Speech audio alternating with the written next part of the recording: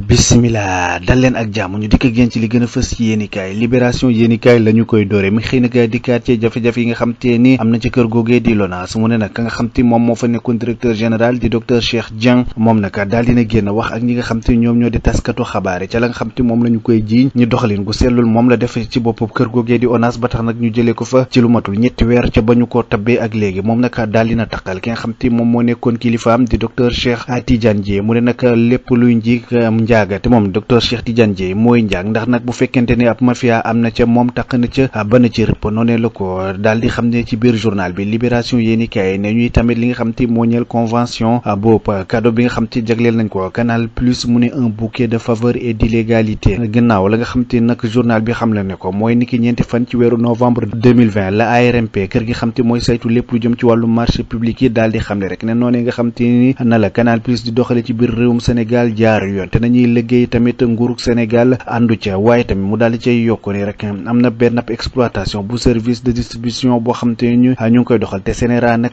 joxu leen autorisation rawatina nag ministère de la communication redevance annuelle liée au montant du chiffre d'affaires ñu ne nag ki nga xam te moom moo di Canal Plus bu fekkente mu ngi doon gagné juróomi milliards jàpp fukki milliards ci weer wi ki nga xam te moo di nguurug Sénégal luy tolloog ñaar fukki millions képp la ñu ko daan jox ci suñuy koppar noonu la ko daal di xam ne journal bi tamit dikkaat ci luubal gi nga xamante njort nañ ni am na ci lu ñeel wàllum aide à la presse nag ndax ñu ne lu jege benn milliard ci suñuy koppar moom la ñu jël daal di koy dugal foo xam te ni kenn mënula wax fii la wala fële la ba tax na ki nga xam te moom moo di jëwriñ ji di Alioune Sall nee na kër gi nga xam te moom moo di IG daal sàkku nañu ci moom ngir nag mu daal defub gëstu ngir ñu xam koppar yooyu ana fan lañ ko dugalee jëwriñ jooju di Alioune Sall tamit ci biir Le Soleil yéenikaay mu ngay xam ne rek ni daal di nañuy taxawal benn plateforme de recensement ngir nag xam ñan ñoo di ay médias yu nekk ci biir réewum Sénégal ñan ñoo jaar yoon ak ñan ñoo jaarul yoon waaye tamit ngir gën a yombal li nga xam te moom moo di seenub liggéey ak seen jokkalante ak nguur gi Alioune Sall mi nga xam te mooy jëruñ ji yor lu jëm ci wàllum communication ak télécommunication waaye tamit wàllum numérique mu ne nag nguurug Sénégal amul benn jafe-jafe boo xam te am na ko ak li nga xam te moom moo di presse lu ñeel wàllum dette fiscale moom itamit mu daal di ci yokku ni entreprise de presse privée yi ñoom ñoo nekk ca bopp ba wuute ak la nga xam te yenn politique yi nga waxoon nañ ko ci biir Sénégal ni ñi nga xam te ñoom ñoo di entreprise publique yi lu ci demee ni RTS Le Soleil APS ñoom ñooy ñi nga xam te ñoo ëppalee bor boo xamante amal nañ ko nguurug Sénégal fonds d'appui à la presse ñu ne nag des disparités notées l'IGE activé la nga xam te ni nguur gi daan na ko jagleel yenn këru tasukaay xabaar yi da leen ko dimbalee at mu nekk nag am na ci ay koppar yoo xamante ni daanaka dafa nax saay ndax kenn xamul yenn groupe de presse la ñu ko jox ndax nag xaalis bu bëri la te tamit la nga xam te ni fësal nañ ko démb gannaaw ba nga xam te moom moo di jëwriñ ji Alioune Sall doon na jàkkaarloo woy taskatu xabaar yi mooy lu jege ab milliard daal kenn xamul fan la ko nguur ga woon dugal ndax nañu ni jàpp rek ni am na kër yuñ ko jox waaye waxuñu yan kër la waxuñu tamit naka lañ leen ko joxe ak ku ca nekk ñaata nga am journal bi xëy na dikkaat ci mbir moom la waaye tamit daal di dem fa nga xam te moom moo di ca assemblée nationale mu ne nag li nga xam te moom moo di règlement intérieur ba defaraat nañu ko fi mu toll ni kon mënees na dalal ki nga xam te moom moo di ilimaani jëruñ ji Ousmane Sonko ngir mu daal di def déclaration de politique générale am Le Soleil yéenikaay dikkaat na ci na mu gën a yaatu waaye tamit mu daal di xamle rek ni ki nga xam te moom moo di Bassirou Kébé di directeur général bu SNHLM na nga xam te xamle na ko nag mooy la ñu bëgg jamono jile mooy fexe ba kër googe nga xam ne nii jiite na ko muy SNHLM di yëngatul ci lépp lu jëm ci wàllum dëkkuwaay ñu fexe nag ba mu gën a méngoo ak li nga xam te moom mooy nekkinu askanu Sénégal rawatina nag di dimbali ñi nga xam te ni seen loxo jotul seen gannaaw journal Le Soleil dikkaat na ci waaye tamit mu ne ki nga xam te moom moo di ilimaani jëriñ ji Ousmane Sonko daal dinay installé li nga xam te nag moom mooy comité de commémoration bu juróom-ñett fukkeelu atu jéey ji nga xam te ne nasaraan bi defoon na ko ay soldats soo xam te dañu demoon xeexal ko ñëw di laaj seenu ndàmpaay ñu fekk leen ca Kancaaro daal di leen buum faat leen ñoom ñëpp loole nag dañuñu ko màggal juróom-ñett fukkeelu at bi ci biir réewum Sénégal Le Soleil dikkaat na ci source a ne ñu nag li nga xam te moo ñeel modification bu règlement intérieur bu assemblée nationale la loi organique numéro 10/2024 adoptée par la quasi-totalité des députés ñi nga xam te ñoom ñoo di député ñoom ñëpp àndandoo nañu daal di yeesala li nga xam te moom moo nekk règlement intérieur boobu assemblée nationale coow li nga xam te juróon na ko fi ndax nag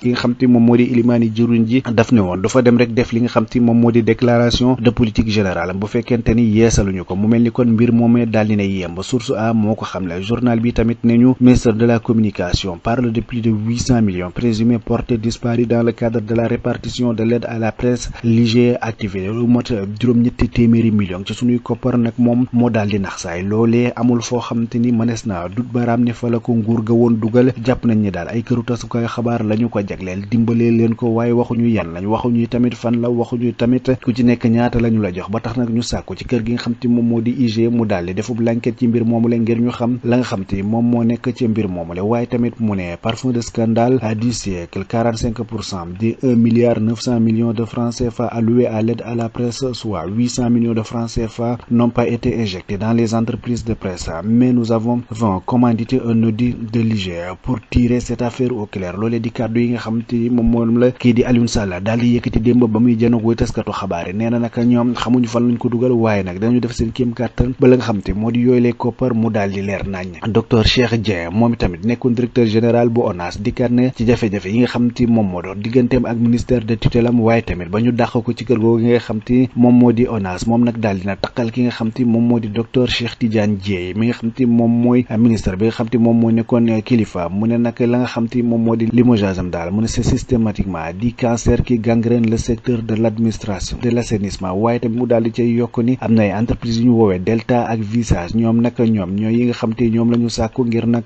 ñu daal di woon liggéey ak kër googu nga xam ne moo di ONAS. te kii di docteur Cheikh Tidiane Dièye moo dem négocier ak ñoom directement, te lu ne mel warul woon am. ki nga xam te moom moo di ministre bi di Cheikh Tidiane Dièye dafa jógoon ngir daal di koy humilier moom docteur Cheikh Dieng. noonee la ko xam ne ci biir journal bi di Source A gannaaw ba nga xam te ni moom woy na doon janoo ak woy taskatu xabaar yi. L'évidence quotidien dikkaat na ci mbir moom la mu ne motif de son limogeage à la tête de l'ONAS, Cheikh Dieng déballe tout et enfonce Cheikh Tidiane Dièye. waaye tamit jeneen jafe-jafe joo xam te nemmeeku nañ ko ci géneenu këram mooy port autonome boobu Dakar. gestion décriée, le directeur général du port en eau trouble. fi mu toll ni ci ay jafe-jafe la nekk, ndax nag la nga xam te moom moo di syndicat yi daanaka dafay jàmmaarloo ak ñoom. la nga xam te gis nañu ko daal mooy directeur général ba na muy doxeele dara jaaru ci yoon, ba tax nag ñoom ñu bëgg ay coppite am ci mbir moomu la. assemblée nationale, l'évidence quotidienne nee nañu day la nga xam te moom moo indi woon coow la di règlement intérieur ba day yeesalaat nañu ko. ka nga xam te moom moo di ilimaani jëwriñ ji Ousmane Sonko fi mu toll ni amatul lay ngir dem def li nga xam te moom moo nekk déclaration de politique générale am, ndax nag ñi nga xam te ñoom ñoo di député ñoom ñëpp ñoo àndandoo daal di defaraat la nga xam te moom moo di charte assemblée nationale boobule ba mu méngoo ak la nga xam te moom moo di yoon. amatul benn yoon loo xamante ni kon mënees na ko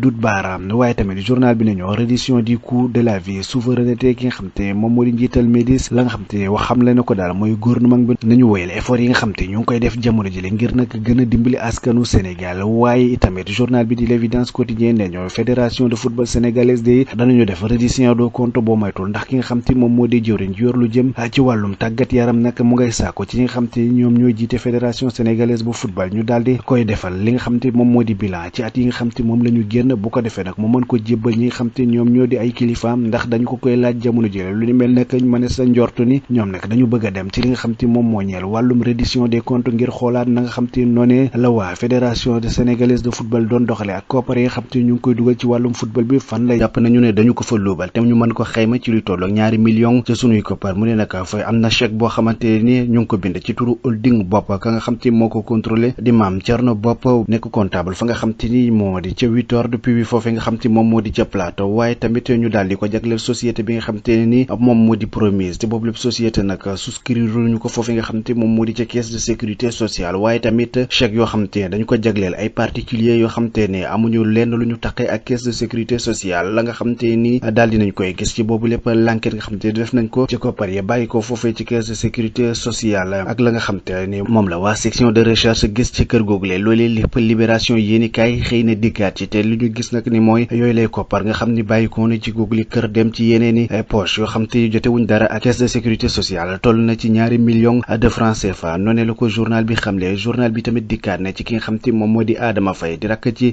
soxna si njiitu réew sa woon Marème Faye Sall. moom nag ñu daal di woon koy woo ca yoon daal di koy déglu teg ko loxo gannaaw ba nga xam te ni nag ñu ngi koy toppe lu jëm ci wàllu coowal suuf. mujj nañ ko bàyyi mu delluwaat ci këram, waaye nag daal di nañ koy jagleel ab convocation ngir dégluwaat ko ci mbir moomee nga xam te ni moom lañ jàpp ne daf ca taqee maanaam suuf soo xamante ni njortu nañ ni daf ko salfaañe. journal bi di libération yéeni kay moo ko xamle. journal bi tamit daal di xamle ni lu jëm ci wàllum rationalisation des dépenses publiques njiitu réew mi Bassirou Diomaye Diakhar Faye daal di na suul kër gi nga xam te ni moom lañ doon woowee CNDD. noonee la ko xam ne. waaye tamit mu nañu li nga xam te moo ñeel wàllum développement projet de structuration caisse de dépôt et de consignation moom nag mu ngay tàllal loxo li nga xam te moom moo di privé national bi ngir liggéey ak moom. ki nga xam te moom moo di Mame Gor Ngom te ñu nommé ko chef du bureau de l'information de la communication bu gouvernement bi wala nga xam te xam ne na ko nag mooy nee na lépp lu jëm ci wàllum vertu maanaam jubal waaye tamit transparence moom moo war a nekk li nga xam te ni moom mooy xàll wi ñu war a jaar ngir doxal liggéey ba nga xam te ni moom moom lañ ko sant ci kër google ñeel wàllum yaatal xabaar yi waaye tamit lu ñeel ci jokkulante gi ci ñi nga xam te ñoom ñoo di gouvernement bi libération yéeni kaay dikkaat na tamit ci l'accident bu metti bi nga xam te am na ci xàll yu bàyyi koo Jurbel jàpp Mbàkke mu ne juróom-ñeenti nit ñoo fa daal di faatu juróom-benn foofee nga xam te fa la l'accident ba amee foofee la ñu daal di faatoo daar journal bi tamit nañu ci Cees kaay tamit am na jéey joo xamante am na fa ndax naka benn waaye boo xamante jàpp nañu daf doon àddu kalpe moom la ñu jàpp daal di koy faat ba nuppi tamit daal di koy taal yor quotidien xëy di quartier lu ñeel wàllum occupation irrégulière di littoral mu ne doute sur la fiabilité du rapport de la commission mu ne rapport bi nga xamante ni jébbal nañ koy njiitu réew mi Bassirou Diomaye Diakhar Faye mu ne ndax boobu lépp rapport dëggu na am déet ndax naka xel warees na ci mën a teye ba tax nag journal bi di yor quotidien ne kii di njiitu réew mi Bassirou Diomaye Diakhar Faye waroon na sàkk ñu daal di koy am naal beneen vérification maanaam saytuwaatal ko boobu lépp rapport le président Diomaye ne devrait-il pas demander une contre-vérification loolee di ab laaj boo xam te journal bi di yor quotidien xëy na daal di ko samp waaye tamit journal bi ñu xamal ne Thiès daal foofee ab jéey ju mitti moo fa daal di am ndax naka ñaari nit ñoo fa daal di faat kenn ki dafa àddu kalpe nit ki daal di koy faat ñi nga xam te ñoom doon di askan wa nag mer ba futu topp ko dóor ko ba mu faatu ñu daal di taal ab néewam noonu la ko journal bi xamle waaye tamit lu ñeel grève bu agent bu collectivité territoriale yi ministre bi nga xam te moom moo yor lu jëm ci wàllu di Moussa Balla Fofana nag moom mu nga leen di artu di leen xamal ne rek na nga xam te noonu la ñuy doxe daal mbir ma jaar yoon Le Soleil yéeni kaay dikkaat ci mbir moom de mu ne mouvement d'humeur des agents des collectivités locales la grève est illégale selon Moussa Balla Fofana mu ne boobu lépp grève di banku yoxo goo xamante ni ñiy liggéey ci bokk moomee di ñu ngi koy amal jamono jilee moom jëwriñ ji nee na nag loolee jaarul yoon te ñi nga xam te ñoom ñoo koy def war nañu xoolaat li nga xam te moo nekk seen wu doxaleen ndax nag amuñu sañ-sañ te na nga xam te noonee la ñuy defee boobu lépp grève Le Soleil yéeni kaay tamit xëy daal di def ab gëstu ci li nga xam te moom moo nekk réserve de faune sauvage bu Fataxala mu ne sanctuaire de biodiversité foofee nga xam te nag la fa nekk ci ay mala bëri na lool journal bi xëy na daal di dem def ab jàngat bu yaatoo yaatu waaye tamit mu lu ñu xamal ne lu ñeel wàllum situation de la presse nationale le président appelle à un dialogue rénové li nga xam te moo ñeel wàllum tasukaayu xabaar yi ci biir réewu Sénégal ak crise ba nga xam te ni moom la ñuy dund jamono jële ki nga xam te moo di njiitu réew mi Bassirou Diomaye Diakhar Faye la mu bëgg jamono jële mooy waxtaan woo xamante ne ni waxtaan wu sell te jaar yoon lay doon ni ki dem nag ñu ngi doon feete li nga xam te moo di Assomption ci biir réewum Sénégal Le Soleil yéeni kaay ne ñu nag jàng bi la ñu bëgg jamono jële mooy vivre ensemble boo xamante ne dana gën a mucc ayib maanaam dëkkandoo ci diggante xeet yeeg waaso yi ak li nga xam te moom moo di diine yi dëkkandoo goo xamante ni gu mucc ayib lay doon gu dul am genn ka jafe-jafe waaye tamit journal bi ne ñu réewum Sénégal ñàkk na ki nga xam te ni moom moo di Babou Ngom moom nag ñu gënoon ko xam ci tëgg làmb moom wuy ji ne boromam ndiki démb l'évidence quotidienne dañu nag lu ñeel wàllum màggalu ko Touba gi nga xam te ñu ngi koy waajal jamono ji lee ARTP nag moom daal dinay mobiliser opérateur téléphonique yëpp nag ngir ñi nga xam te ñoom ñooy nekk ci dëkk bu sell boobee ci màggal gi duñu am benn jafe-jafe boo xamante ne nii dina am ci wàllum réseau ngir nag lépp jaar yoon noonee la ko l'évidence quotidienne daal di xam ne waaye tamit mu nañu suspension des conventions de presse et des travaux dans le bâtiment mu ne la synergie républicaine alerte sur les conséquences ñoom nag ñu ngi xamle rek ni fi mu toll nii ay jafe-jafe mënees na ko jundu jamono ji te nga xam te noonee la ñu bàyyee convention yi nga xam te moom moo doxoon ci diggante yenn këru liggéeyukaay ak presse bu Sénégal waaye tamit lu ñeel wàllum tabax yi nga xam te ñu ngi koy nemmeeku ci domaine public maritime bi loolee lépp mënta ñàkk ay jafe-jafe yoo xam te mën na ko andi ci biir réewum Sénégal noonee la ko ñi nga xam te ñoom ñoo di waa synergie républicaine daal di xam ne waaye tamit journal bi di l'évidence quotidien dem na foofee ci dëkk bu sell ba di Touba Mbacké ngir nag saytu la nga xam te moo nekk hôpital Matlaboul Fawzeyni mu ne nag foofee crise ba nga xam te am na fa boo moytul nag mën na indi ay jafe-jafe ci li nga xam te moom moo di màggalu Touba gu ren gi accident ba nga xam te am na ca Ndulo jàpp Mbacké mu ne nag ñi nga xam te ñoom ñoo ca faatu daal limba toll na ci juróom-ñeenti nit jamono jile l'évidence quotidienne ñu pose première pierre bu poste de santé bu Kër Mbay Fall ki nga xam te moo di meeru gox ba di Abdou Karim Sall moom nag dana soulager ñi nga xam te ni ñoom ñoo di askan ba dëkkee ca gox boobee noonu la ko journal bi daal di xam de le quotidien yéeni kaay xëy na ka dikkaat ci beneen xabaar mu ne ki nga xam te moom moo fi nekkoon jiitu réew di Macky Sall ñi nga xam te nag ñoom ñoo doon saytu kaaraangeem dañ ko jëlee waaye tamit am na ci ay mbir yoo xamante ni yëpp dañ ko jagleeloon nguurug Sénégal nangu na ko ba tax nag ki nga xam te moom moo di Macky Sall ci ay jafe-jafe la nekk jamono jëlee journal bi di le quotidien xëy titré dépouillé de sa sécurité et de ses privilèges les misères de Macky l'ancien chef de l'État privé de membres de sa sécurité et de ses collaborateurs ñi nga xam te ñoom ñoo doon liggéey ak moom te nguurug Sénégal doon leen saytu loolee lépp daanaka ki nga xam te moom moo di njiitu réew ba woon di Macky Sall amatu ko jamono jëlee révélation quotidien xëy naka mu ne ñu jàll assemblée nationale révision du règlement intérieur le député Mamadou Lamine Diallo dénonce le recours abusif aux procédures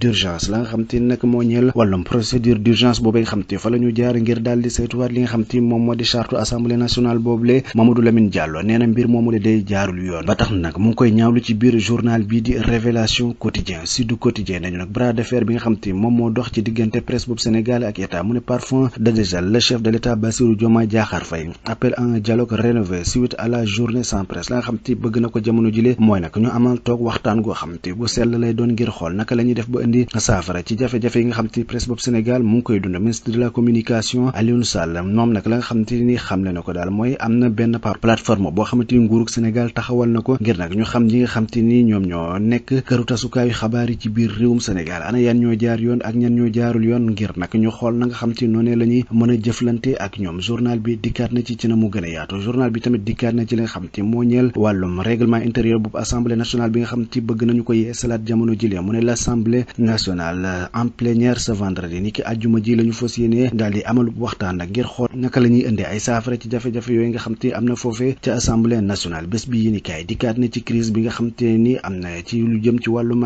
presse nationale bi mu ne la dialogue à la une ki nga xam te moom moo di njiitu réew mi woote na waxtaan ngir nag ñu xool na nga xam te noonee la ñuy def ba indiwaat saafara ci mbir moomulee noonu la ko journal bi xam ne l'éveil quotidien nañu la variole du singe frappe l'Afrique li nga xam te ni moo di wopp gi nga xam te moom la ñu duppee ngas fi mu toll nii nag dugg na ci biir Afrique ba lëmbe ko boo moytul mënees na jàpp ne am mbas mu yees mu nar a am ci biir Afrique la noonu la ko l'éveil quotidien xam ne waaye tamit journal bi nañu bureau d'information et de la communication du gouvernement Mame Gor Ngom fixe le cap daal dina nag def li nga xam te moom moo di passation de service ngir tàmbale liggéey bi nga xam te ni war na ko amal le peuple quotidien nañu nag lu ñeel wàllum intersyndical bu port autonome de Dakar ñu ne nag ñoom daanaka fi mu toll nii ci ak xiiroog ngaayoo la ñu nekk ak ki nga xam te moom moo di directeur général bi la jubal jubbanti seet au dëgg-dëgg wengal noonu la ko journal bi di le peuple quotidien xamle waaye tamit l'info quotidien nañu dissolution de la CNDT Bassirou Diomaye Faye fait fondre le fromage de Benoît Sambou nga xam te moom moo di Benoît Sambou yoroon lu ni mel nag la nga xam te moom moo nekkoon ay